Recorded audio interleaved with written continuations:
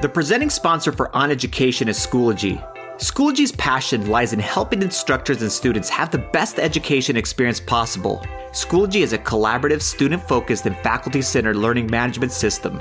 Students love Schoology because it gives them 24/7 access to course materials, real-time feedback from their instructors, and easy-to-use collaborative tools. Teachers love the streamlined workflow, integrated apps such as Google and Microsoft tools, and the ability to view evidence of student learning for making instructional decisions. To learn more about what is possible with Schoology, simply visit Schoology.com. We do have non-food topics. Oh, okay. I thought we were doing like Top Chef or something here.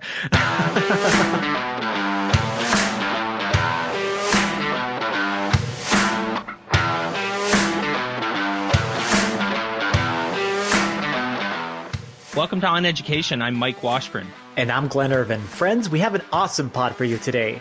We will discuss teacher-centric approaches to professional development, why teachers keep on striking, how to attract new teachers, and our guest this week is the amazing Carl Hooker from Eanes Independent School District in Austin, Texas. Eanes like beans. Yes, that's what he told us. Eanes like beans. Great guest. Speaking of beans. Yes. I was putting together my kids' lunch today, and I'll tell you what they asked for, especially Isaac. Isaac loves this, and I'm not sure if this is unique or not. Hopefully it's not, because it seems like a pretty normal thing.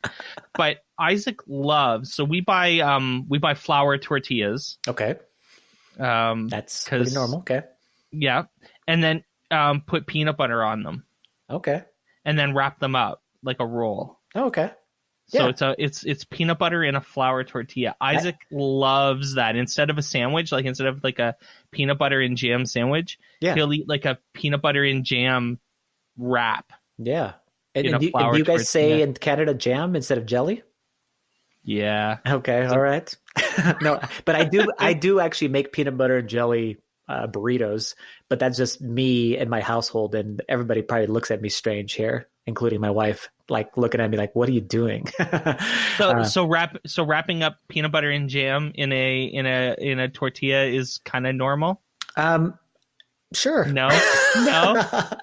I would say it's not that weird. But yeah, no, I think especially for kids, I could see that totally. But I like it too. So what's something you guys eat that other people might find strange? My wife eats a lot of things that I don't eat that are really healthy.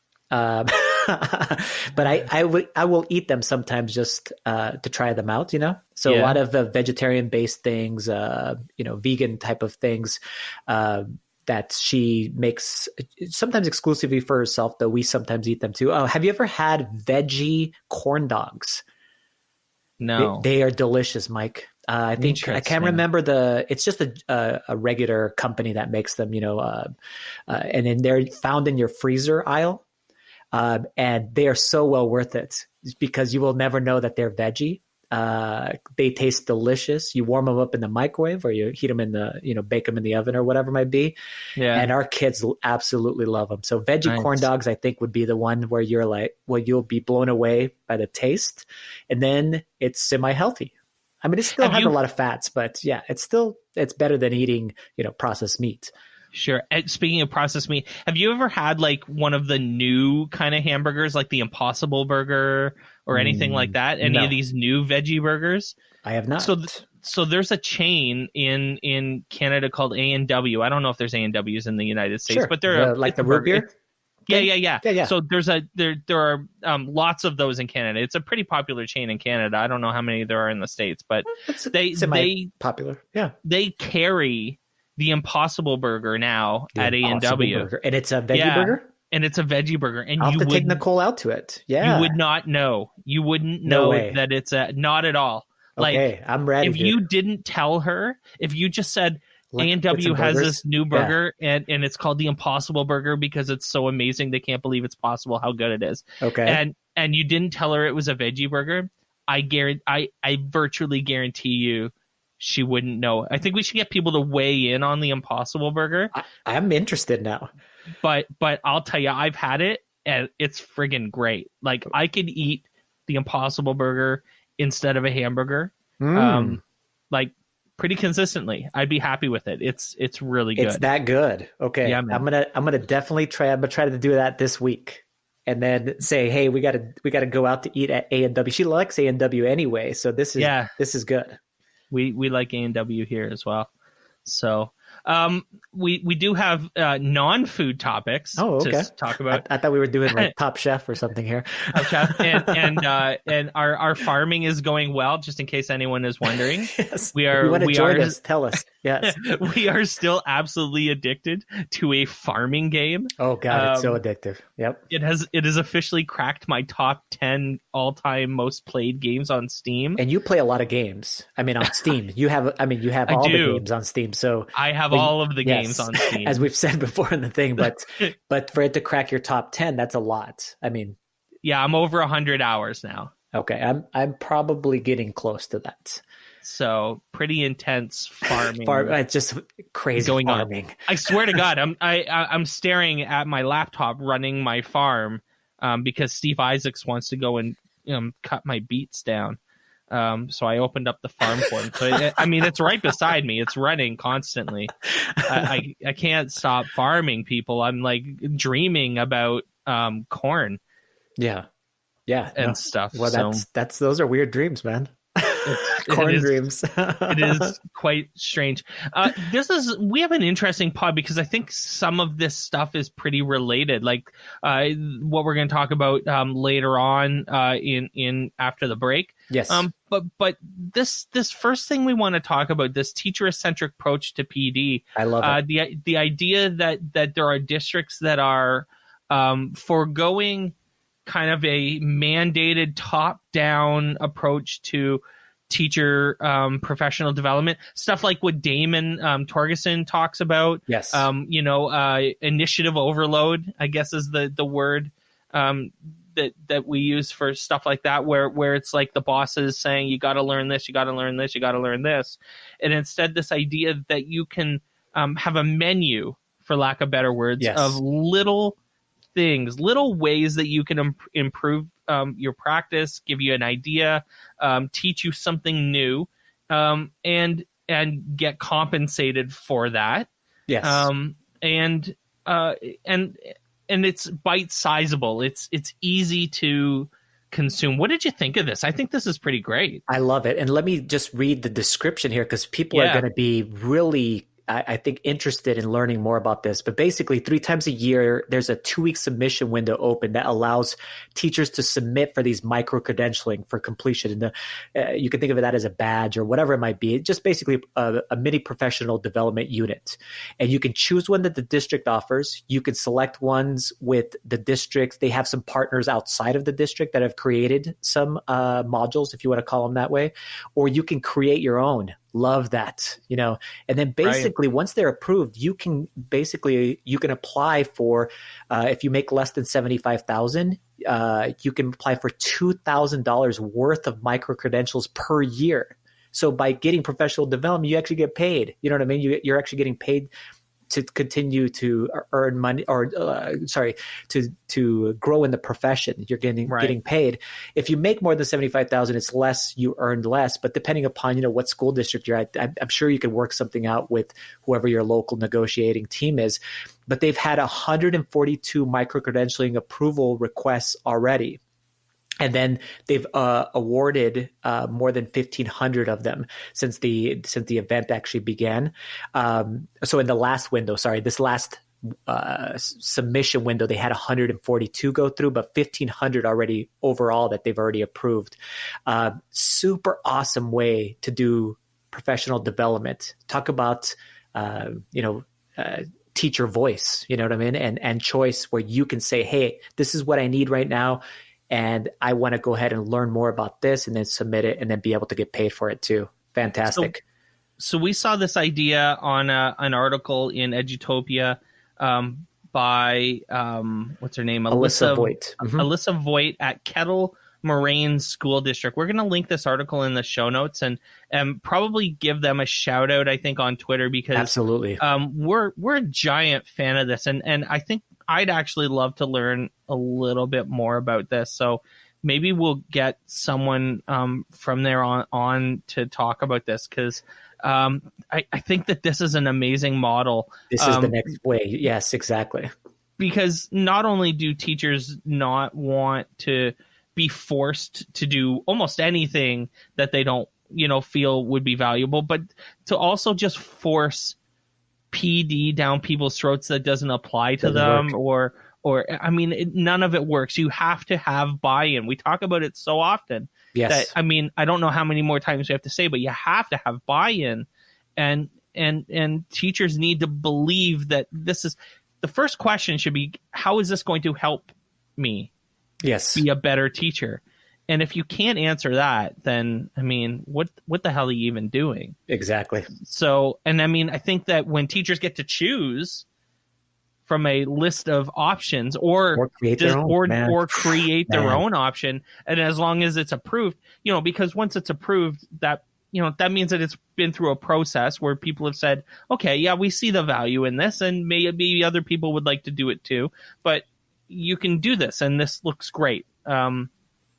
So, I mean, this is the way to go. 100%, this is the way to go. Yeah, we got to have them on to talk more about it and how it works, and then so we can all learn from that, and then be able to have models like that in our own school districts. Sure, pretty exciting stuff. So, a pretty common problem, and this came up on Twitter as well, and I think that's maybe where this sprang from, but a pretty common problem, especially in the United States, but it's still a problem in Canada, is what you do after you're done school and you've just shelled out, in upwards of $40,000 for your education. Mm-hmm. Some people even more. Glen can get into that because I know he's quite a bit more than even I spent. But I mean, your student loans come due and you don't even have a damn job yet, or you're working at wherever. You're working part-time at A&W selling Impossible Burgers instead of teaching. So a couple of universities have come up with some innovative ways to pay back your school. Yes. Including this idea of income sharing, or the idea that once you, correct me if I'm wrong, this is basically once you get a job, once you start doing what it is you went to school to do and you start earning an income, then you start paying back a portion of your tuition as like a monthly payment or something like that. Exactly right. Yeah. So they take a percent of your monthly income, which, I mean, I'm looking at some of the universities here. For example, the University of Utah loans between $6,000 and $20,000 per year, depending upon how much you actually need. And then when you get your job, you pay back 2.85% of your monthly income back to the student loan, back to the loan. And the duration of the payments are 3 to 10.5 years, depending upon what it is, of course, how much you actually borrowed. But the coolest part, this is the part that I really like, Mike, is if you don't actually get a job, you get that job, you don't pay back anything. So it's kind of a double incentive. It's like, we're going to prepare you for a job that is going to exist. And when you get that job, you'll pay us back, which 2.85% isn't a giant ask, you know what I mean? As far as a percent of your monthly income. Right. And it's a cool way of doing it. So you don't pay anything up front. I mean, that's pretty dang cool. I mean, as far as a way to be able to go ahead and get these, a way to be able to manage these loans. And I think the reason why, if you read this article, the universities are seeing that some students are just not going to school or delaying going to college, going and earning some money. And then when they come to school, they want to pay their tuition right off the bat, kind of with the money that they actually have instead of incurring debt. So there's a lot of knowledge out there from our generation of students that are coming in as college students. They're like, I don't want to take on hundreds of thousands of dollars of debt. And instead, we're just going to hold off on going to school or only go part-time. You know what I mean? And so it takes them longer to get through school, or if they even end up attending, just because they're so scared of taking on that amount of debt, which who could blame them, Right. And so the minimum salary you have to make before you start paying back is generally between 20 and 25 grand, which, I mean, I would suggest that if you're applying for a job out of university in a field that requires a university degree, you're probably making, even at entry level, you're going to be making more than 20 or 25 grand a year. So you need to be, yes. Well, and I mean, you probably will be for sure. One thing I really like about this is that it also forces the university to put its money where its mouth is in terms of the quality of the education, and that being enough to get you a job, because so many universities tout numbers about how many graduates get jobs. Yes. After graduating from so-and-so. You graduate from so-and-so and we have a 95% employment rate kind of thing, right? Yes. You see that all the time. Yeah. Even with universities that don't need to advertise their kind of employment rates because they just get numbers regardless, they still talk about, that we're sending so-and-so, like the University of Waterloo up here in Ontario. It's one of the best universities in the world for like computer science and engineering. It was kind of founded by, not founded, but BlackBerry ended up being up here because of the University of Waterloo, and Google's main Canada office is in Waterloo. And so it's known. It's a known school. They still talk about how many people they feed to science and engineering and physics and all of these roles because it's a thing that they talk about. Exactly. And so now it's forcing these schools to say, we're not going to get paid unless it sounds like a lawyer. We won't get paid until you get paid. Exactly.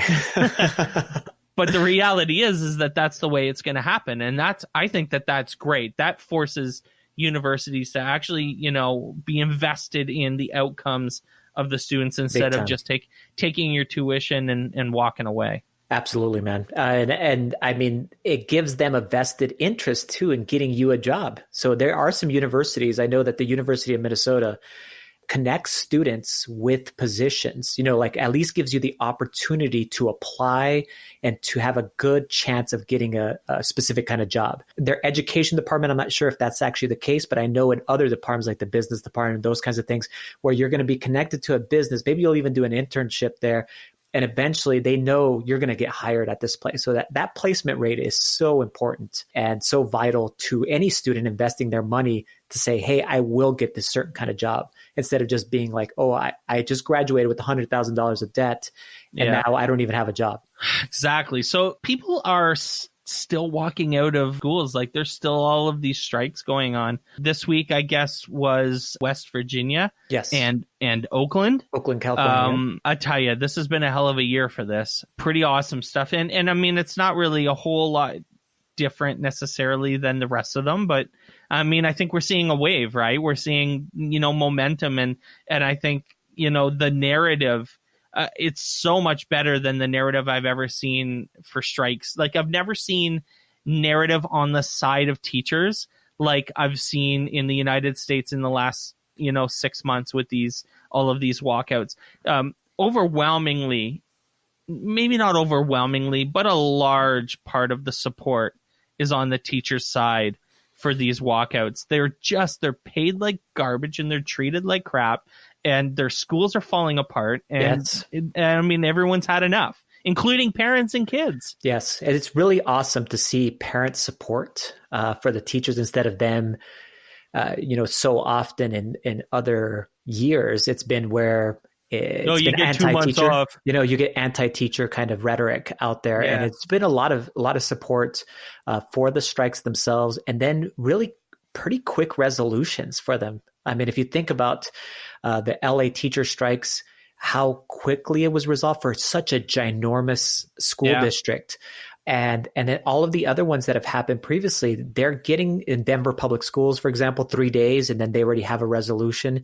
They're working. So the strikes are working. The things that they're striking for, of course, we're talking about salary, and we'll talk more about that in our next segment too. But things like, the funding in West Virginia of these charter schools, basically kind of a scam way of taking money out of the general funding pot and then placing it in these other places to eventually erode the public schools. And that's kind of what happened in Los Angeles is there was enough money taken away from these public schools and putting into these other types of schools, these charter schools, that it was creating an atmosphere where you have 40 plus students per class, and your schools themselves are horrible and falling apart, and then eventually it leads to the where people are go like, why would we send our kids to a public school? So it's interesting that all of these things are actually being validated, these topics are being validated, and that the teacher strikes are working. They definitely seem to be. The Denver one was a huge win. LA was a pretty big win. But a lot of these ones, the teachers are coming out not only with the maintained narrative, which is, I think it's critical. If teachers won but lost the support of people at the same time, it'd be tough, because the next time it has to happen, you're not going to get the same level of support you got now. But I think that one of the things that's really different this time in the States anyways is that not only are the teachers winning, but they're maintaining their support. Like, everyone's happy they won. Yes. As opposed to, oh, okay, we're back to school now. Well, it's great they got their 12% raise, but my kid was home, blah blah blah, and now I'm angry. Congratulations on your $20 a week raise. Yes. That kind of stuff we don't want. We don't want to lose the support of the public. So many American institutions have been undermined in the last 2 or 3 years as it is. We can't really afford to be undermining them all. No. And teachers are more important now. Like, we've had a couple amazing conversations with teachers talking about how important it is to be mentors and have the kids look up to you, and teachers need to be looked upon as guides. Yes. For the world, which is crazy right now. And it's hard to do that when their parents are talking smack about them at home at the dinner table because they go on strike. Very tough. Yes, exactly. When we come back, we're going to talk about another tough subject, another interesting subject. How to hire new teachers, how to keep new teachers, how to attract new teachers. So stay tuned. Quests. One of Classcraft's most popular features, with over 100,000 lessons created by teachers and 3 million learning objectives completed by students so far, is now part of Classcraft's free offerings. In 2019, your students won't just be learning multiplication, chemistry, or any other content. They'll be saving the kingdom. Transform your lessons into adventures with Quests today. Visit classcraft.com for more information. All right, welcome back to the podcast, everyone. Saw an article this week in the Buffalo News about how hard a time they're having attracting new teachers. Super interesting. And I mean, we just came off a segment talking about strikes and stuff like that. I can see how it would be actually pretty difficult right now to say, hey, why don't you get into teaching? And I guess we have some ideas on how to get teachers into the profession. Glenn, maybe like paying them more. What do you think? I mean, I think, that resounding thing that we heard last summer from the Teachers Are Professionals movement is basically, that's not something that's ever going to go away, I don't think. If you want professional teachers and your kids to have a really high quality of education, you don't want to have the people that are hired to do this job to be kind of subservient profession, and even what you're attracting to the profession, the type of quality of candidates, you want them to be the smartest, the most creative type of people that are coming out of each type of graduating class, and then them wanting to go ahead and jump into the teaching profession. And I don't think we have that right now. I honestly, I know we don't, because number one, there's a teacher shortage throughout the nation. Number two, the way that you get into being a teacher is, I don't think, rigorous enough.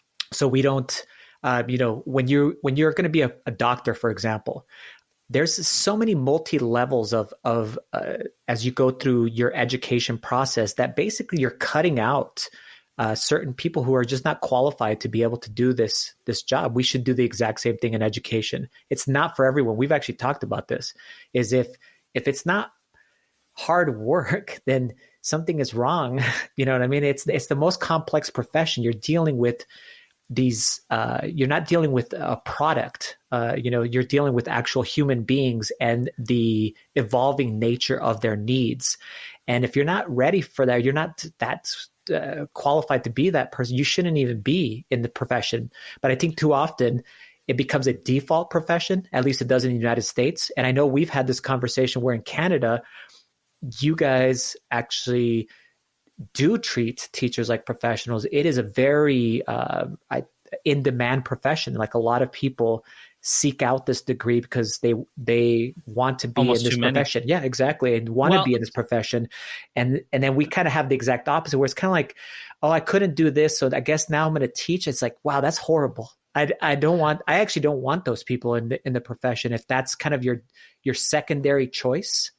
For a career, that old, it's that old saying: those who can do and those who can't teach. Yeah, and that's horrible. Yeah, no, it's completely horrible.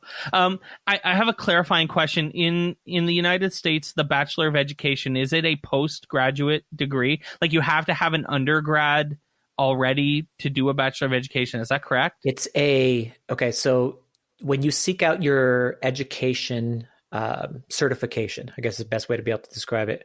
There are a couple different ways to be able to do it, but most of the time you major in a, like for example, let's call it elementary education is an actual major that a lot of universities offer, and you're qualified to teach basically K through 6, let's call it that, students. It's an undergrad degree, and then you do student teaching in order to qualify basically for your license. So it's kind of like you work in conjunction with those two things. So basically you have a 4-year degree most of the time, and then another 6 months or a semester of the student teaching. Now there's some other practicum stuff that happens beforehand, usually during the when you're seeking out the degree. You may actually do a practicum of, I don't know, somewhere between 20 and 60 hours. I'm not sure, depending on the state. And then you go into classrooms, not actually teach most of the time, but basically observe those kinds of things and do those, reflection.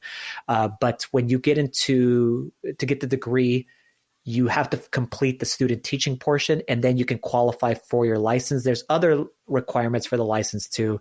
Right. Depending on the state, tests, other kinds of portfolios, et cetera. There's other things that you have to do. So in Ontario, it's different. Okay. In Canada, I think it's different. You have to have an undergrad first. Okay. Like you have to go, like I have 2 degrees. I have a Bachelor of Arts and Science. Okay. That's a 4-year degree. And then I have a Bachelor of Education that was right now, or when I was doing it, it was a year. But now a Bachelor of Education is actually 2 years. Wow. So it's a total of 6 years. So you're in school full time for 6 years. Okay. To be a teacher in at least in Ontario. I don't know if that's across all of Canada, but I know in Ontario it's you have to have an undergrad of some sort. Like Cheryl was a Bachelor of Kinesiology. She wasn't sure if she wanted to be a teacher or a doctor, so she did kinesiology. And then she did her Bachelor of Education at the University of Western Ontario.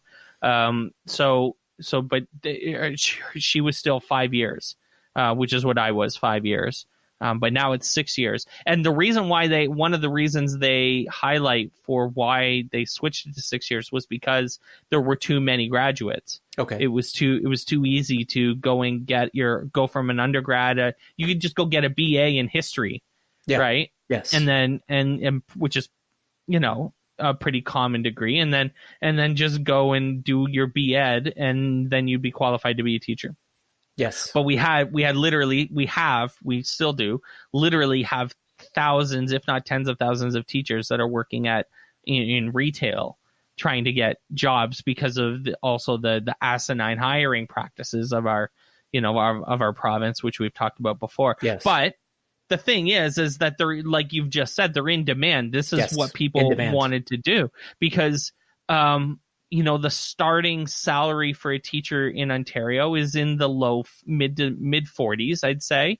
But very quickly, I mean, you make after 12 years, you're making around or just over $100,000 a year. That's amazing. So my wife has been a kindergarten teacher for 10 or 12 years, and it's pretty common knowledge. Like, you can literally, if you search up Peel District School Board salary grid, sure, it's pretty common knowledge. Like, you could just go and look it up. Of course. How Same thing in the much, United how States. much, Yep. right.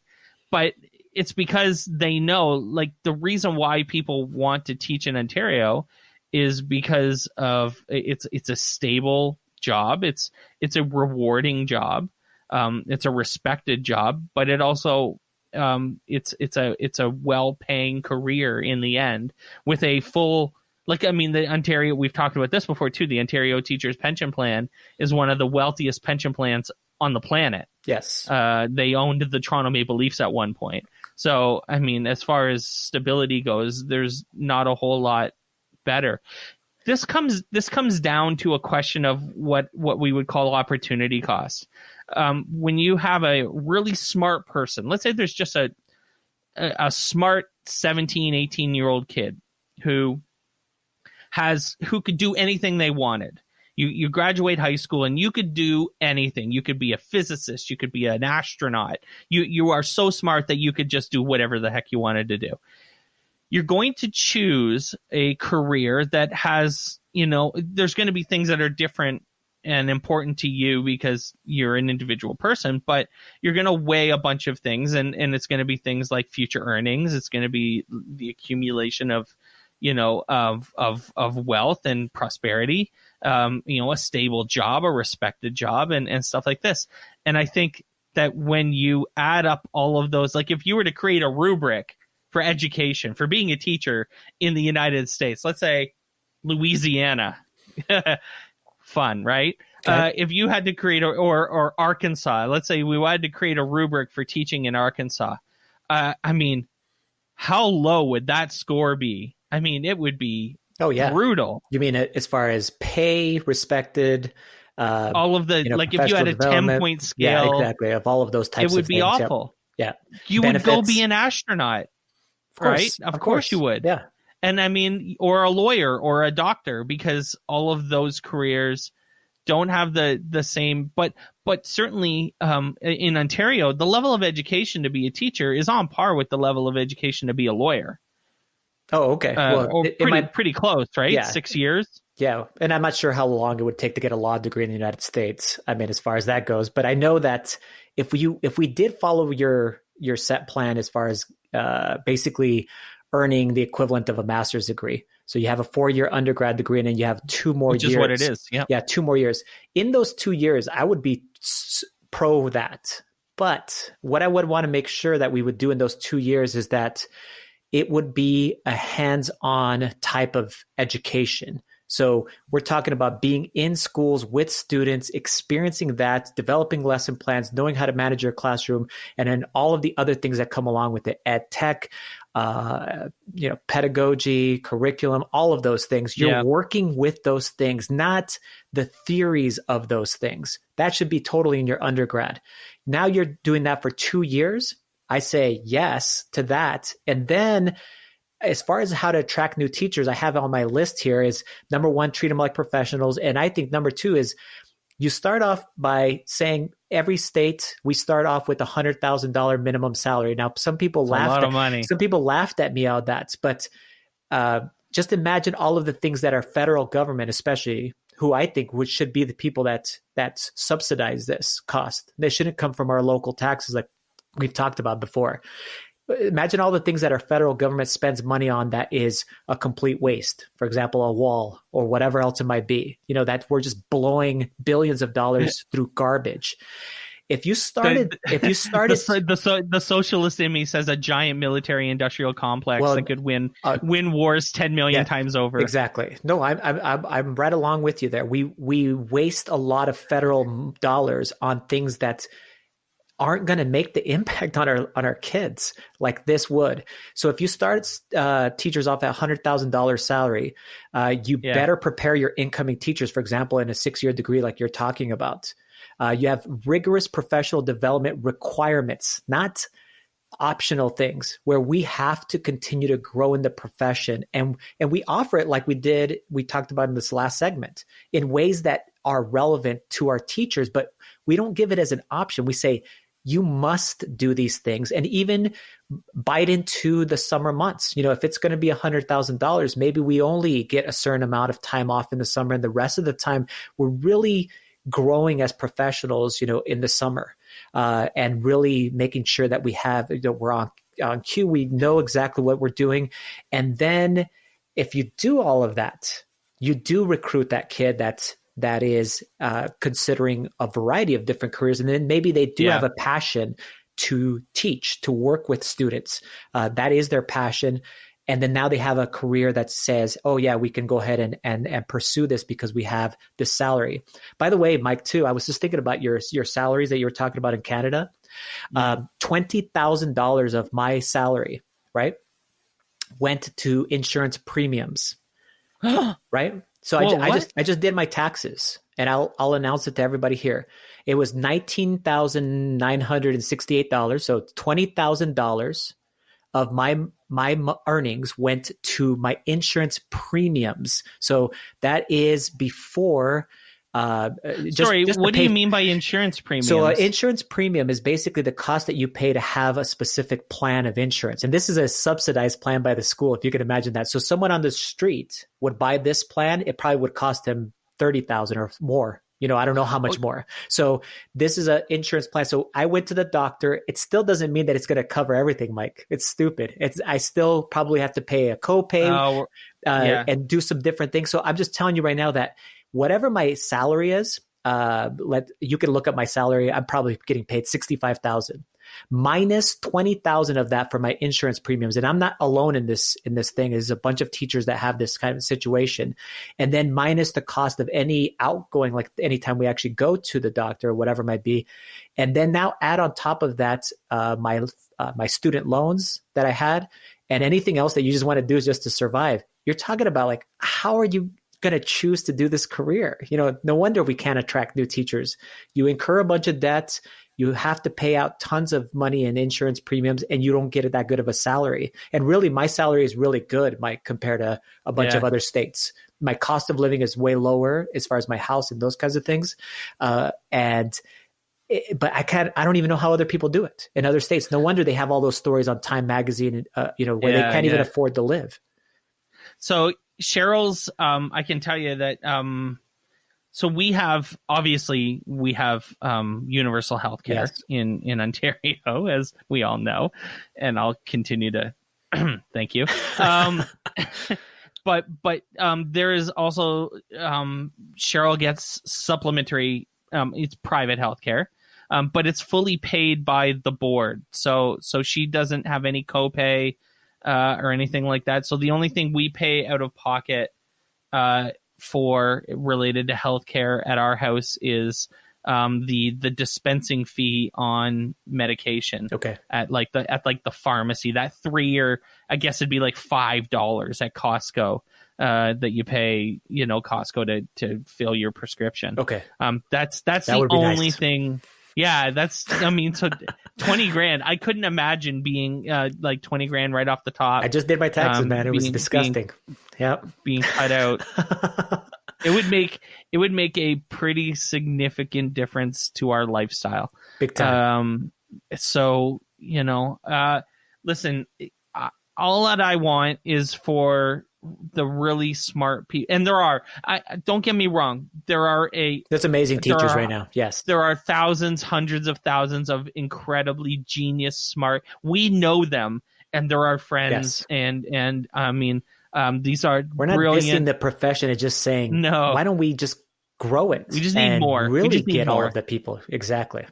We just want the astronaut to choose to teach instead of flying to space. Hey. What an amazing thing would that be? Yes. So, I mean, that's what we're looking for, just to grow it, and some ideas about how to do that. When we come back, we're going to be joined by the man, the myth, the legend, Carl Hooker.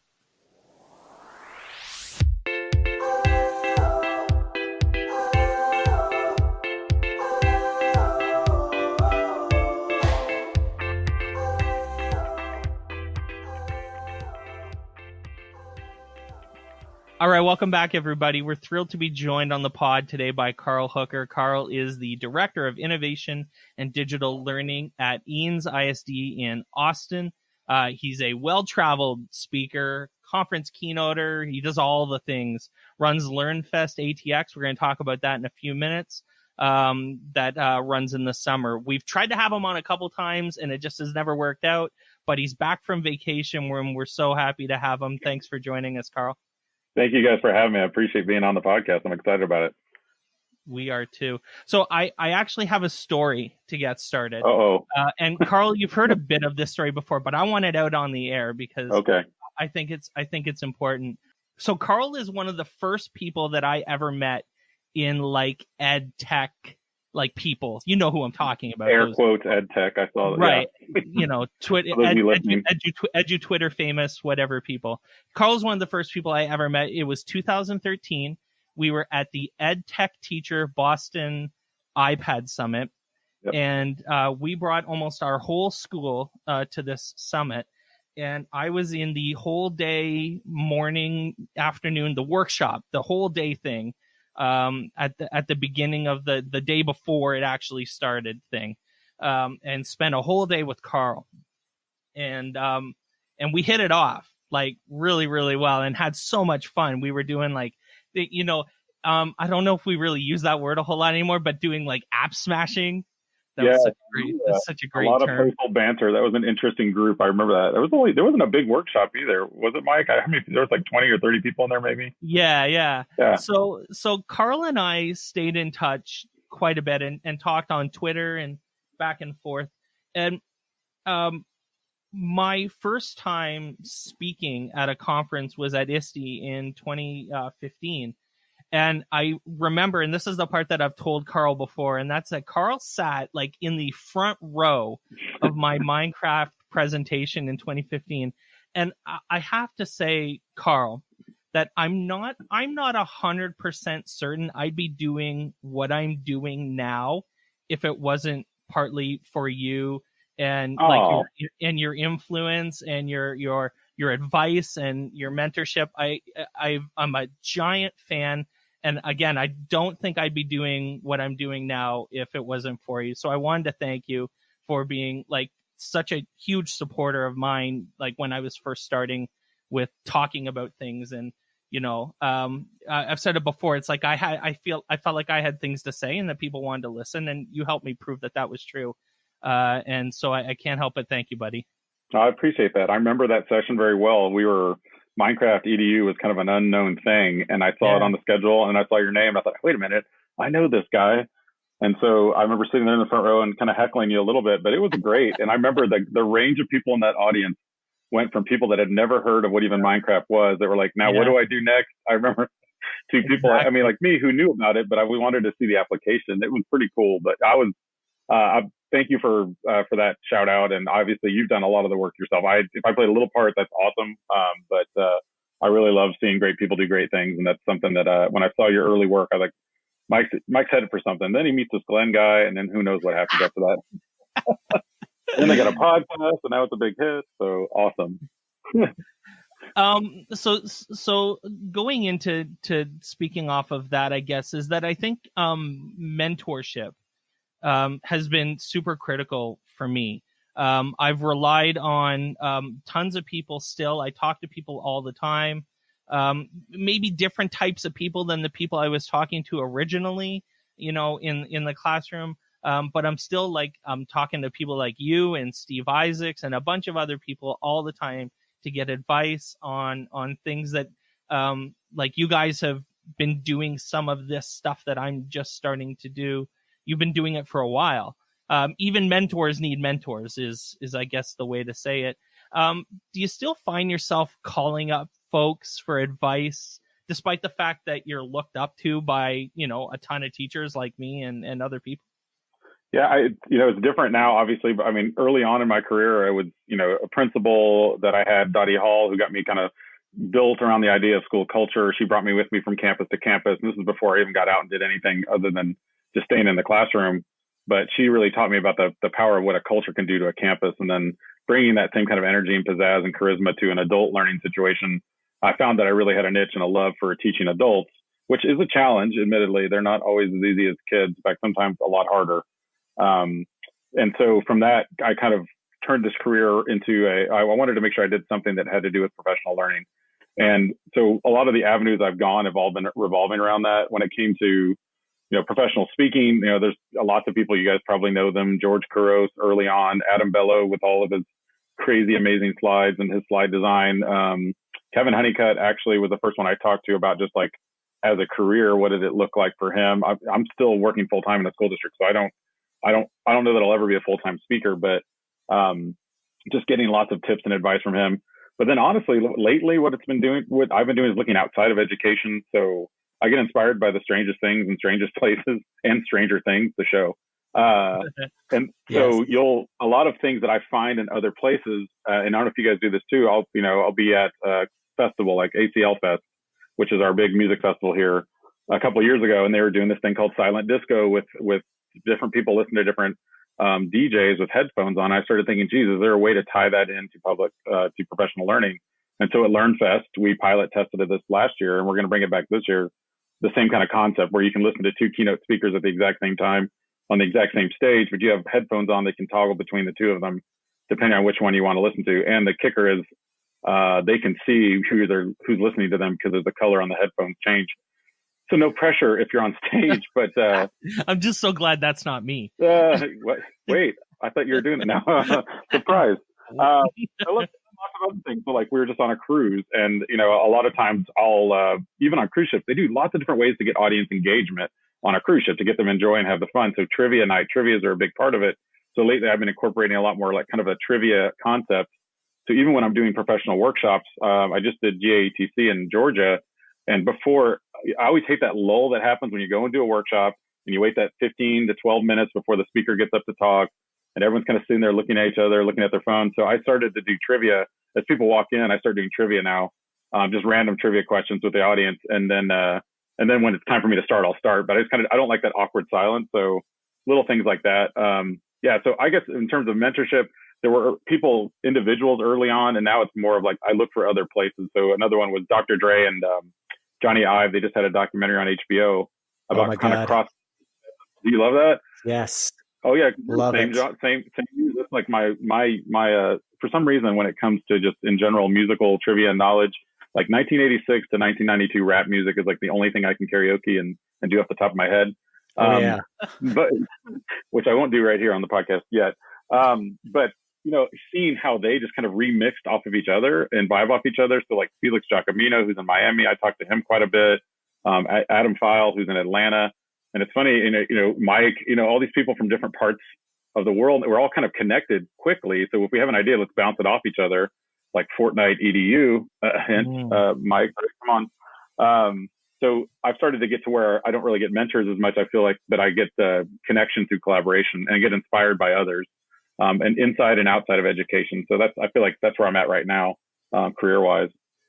I love that you mentioned that Dr. Dre HBO special. I love that. I've watched it so many times. It just blows me away. If it's on, I watch it. I love that stuff. And then, of course, the lady who lives here, my boss, my formal boss and informal boss, my wife also, I would say, give her a shout out because I always joke that she makes a lot of multi-million-dollar decisions at a district level sometimes because I come home and go, oh, what should we do about this? And what does this feel like if you're just a parent on the street? What does this look like to you? And she gives me feedback like, you know what, this is a good idea. This is probably not so good. Because I have a lot of ideas, I'll admit it, and not all of them are good. In fact, most of them aren't. Love it. So Eanes Independent School District in Austin is generally regarded as a model for ed tech. And I know you've been around and you've seen a lot of districts and how they operate. What do you guys think you're doing in your school district that's different? I think a couple of things. And I would say that, when I started out in 2006, we had the kind of what I call the TADD, which is Technology Attention Deficit Disorder, where people are like, okay, back then it was like, here's the digital camera, here's the Adobe Premiere Suite, here's, kind of throw a bunch of things out and see what sticks. And we went 1-to-1 in 2011. It was starting to go that same route with apps. Like, let's just grab as many apps as we can. Let's figure out what we're going to do. And Really what we started doing the last 4 or 5 years, I feel like that set us above most, is that we really started to think about the thoughtful and purposeful use of tech in terms of a creation device, not just about consumption. We're still one-to-one iPads. And I know there's a ton of Chromebook districts out there, and we use Google as well. We're Google Suite. But really starting to get ahead of the idea that apps are just not there to kind of put kids on for 5 minutes and then walk away. It's really about what are they creating with that content. And then the two things I would say that we do, that's not unique because a lot of districts are doing that, but the two things I would say that we do that makes us stand out is, one is we really have a powerful team of educational technologists. We have one on every campus and two at the high school. So we have 9 campuses, and two of them are at the high school, which is a massive high school. It's got 2,700 kids, Westlake High School. And it's, I would say that having that just-in-time availability is unique. I go to other districts and you may have an instructional coach, or you may have a librarian, or someone who's floating around in multiple campuses, but having one on each campus I just hardly ever see that ever. So I feel like that's a huge win. And then the other side of it, the other thing that we did a couple of years ago is the state changed kind of the evaluation model here, and they gave us an opportunity to create our own, if we didn't want to go with the state model. So we went and made our own kind of teacher evaluation model that wasn't based on proficiency, like, oh, check a box if you touch the smartboard today type thing, which is what the old model kind of was. This is more on the growth model. So teachers have to identify both an individual and a team thing they want to grow in for the year. It doesn't matter if you've been teaching 1 year or 30 years, you still have to grow and continue to learn, right? And so I feel like that's really kind of motivated the teachers to seek out help now, to say, okay, I want to improve in this area. And when it comes to technology, that's always usually one that's up there. So they'll reach out to me, they'll reach out to our team, like, how do we do this and how do we make it better? So I feel like those two things, having the one-on-one person on every campus and then kind of that unique evaluation model, although more districts are moving to it. I love it. That kind of growth model is not a negative that you have to grow. It's always a positive. So, I mean, speaking of your team, you've brought it up already a couple times, and it's funny because one of the things I've noticed a lot more popping up on Twitter, especially from you or from kind of your district's Twitter account, is references to you guys working together a lot, and that I think is really, really cool. You obviously have a pretty damn good team going on down there. So why don't you speak a little bit to kind of your team, how you guys work together, and how you lead them and stuff like that? Sure. You talked about mentors earlier. Sometimes you get inspiration from leaders that, let's just say that you don't want to be like. So when I started out in education, I found a couple of leaders. I was like, ooh, too much top down, too much kind of behind closed doors.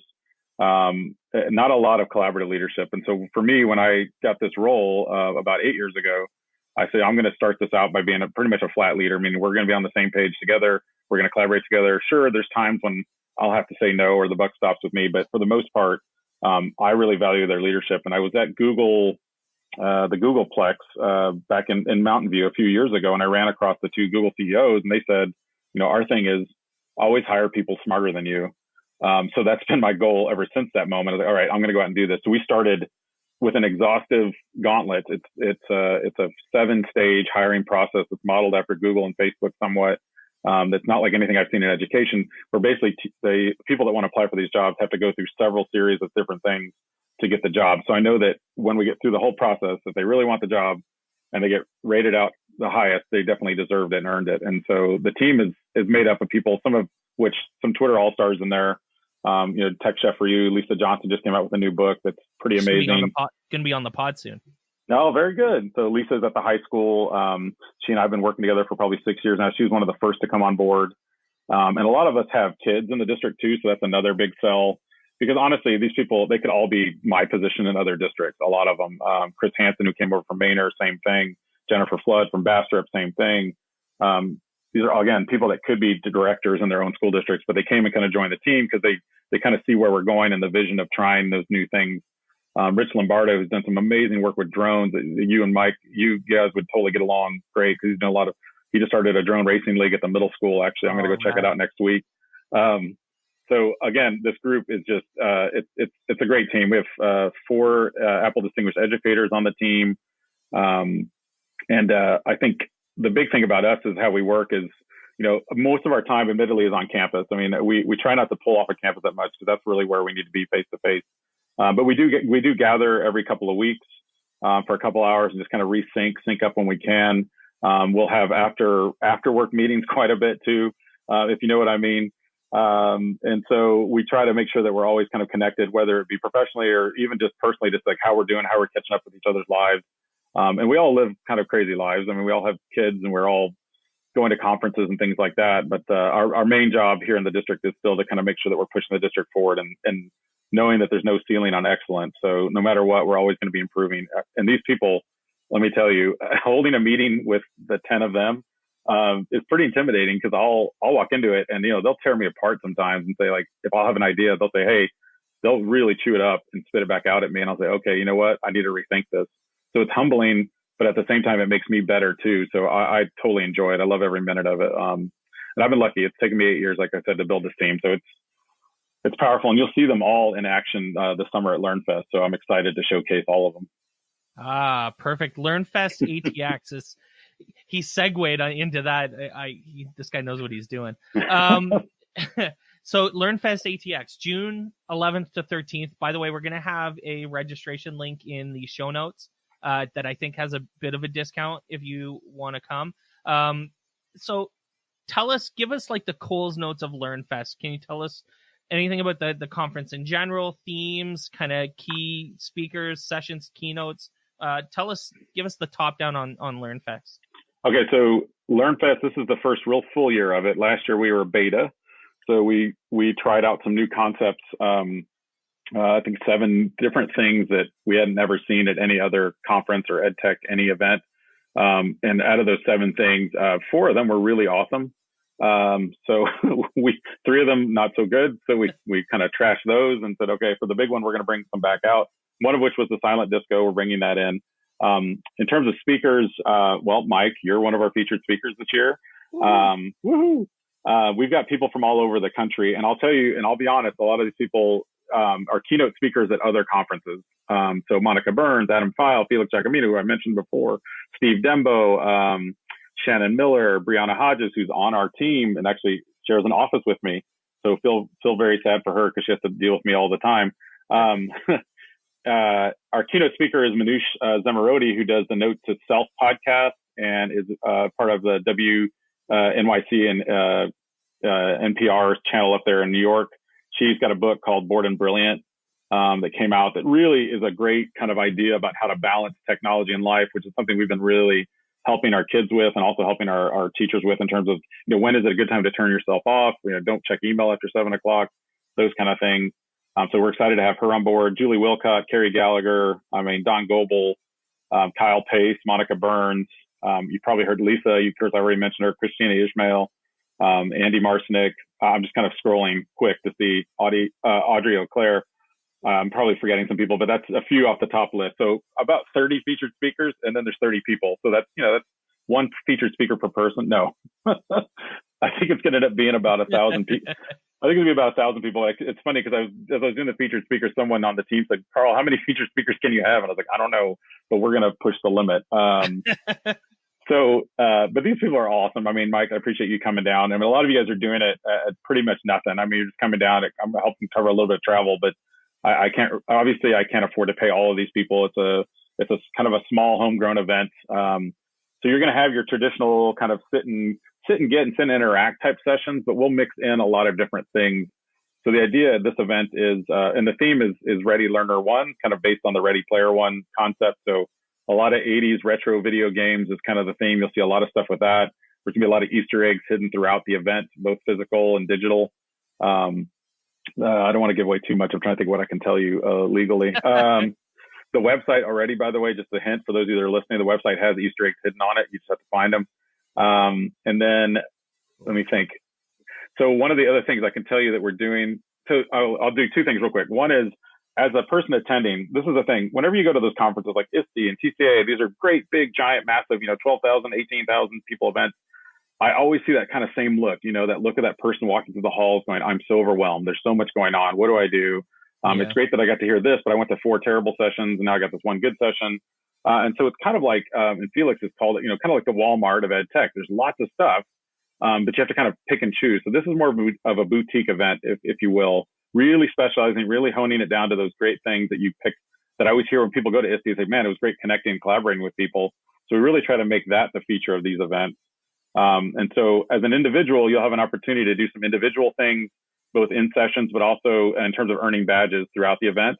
You'll be able to have some collaborative team activities. We have the Amazing Race that we've been doing with iPadpalooza for several years, but we're bringing that back, kind of a remix of that this year. So you'll be able to earn some prizes that way. Then there's kind of the larger scale events, both on the big stage. And we just debuted this 49-foot video wall that we have last year that's gorgeous. The only one I know of in a high school in the country. And that thing is massive. And I love putting slides on that thing because it's beautiful to look at, 4K.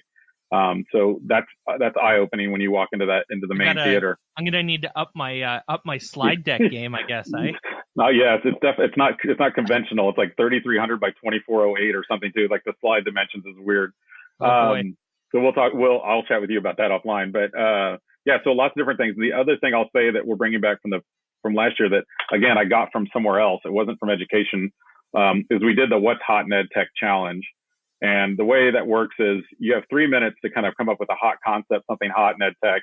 But before you talk, you get up on stage and you spin this digital wheel, and there's peppers in front of you, a poblano, a habanero, a jalapeno, and a serrano. And you have to eat the pepper before you actually get up and talk on stage.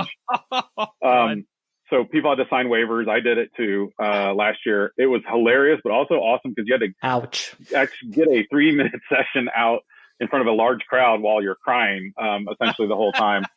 I'm growing some ghost chilies in my backyard right now. We'll see. That can be dangerous though, so I don't know if I'll break those out. But no, that was a fun one. It got a good response. So I've already got a couple people that have volunteered to willingly get up on stage and do that. Believe it or not, I don't think I'm doing it again this year, but someone else can do that. Lots of good stuff. We're doing a teacher Shark Tank, so if you want to win prizes again, come up with a concept, something you want to do in your classroom, we'll award prizes for that. Last year's group wanted to redo a kind of an atrium part of their high school. And so they pitched a little thing for less than $1,000 if they could, get these large, like giant chess pieces and things like that and kind of rethink it was kind of a dead space at the high school. And so they won the Shark Tank Challenge last year. So lots of fun ways to interact over the 3 days of the event for sure. And then of course, food trucks, live bands, the traditional kind of stuff that we used to do with iPadpalooza.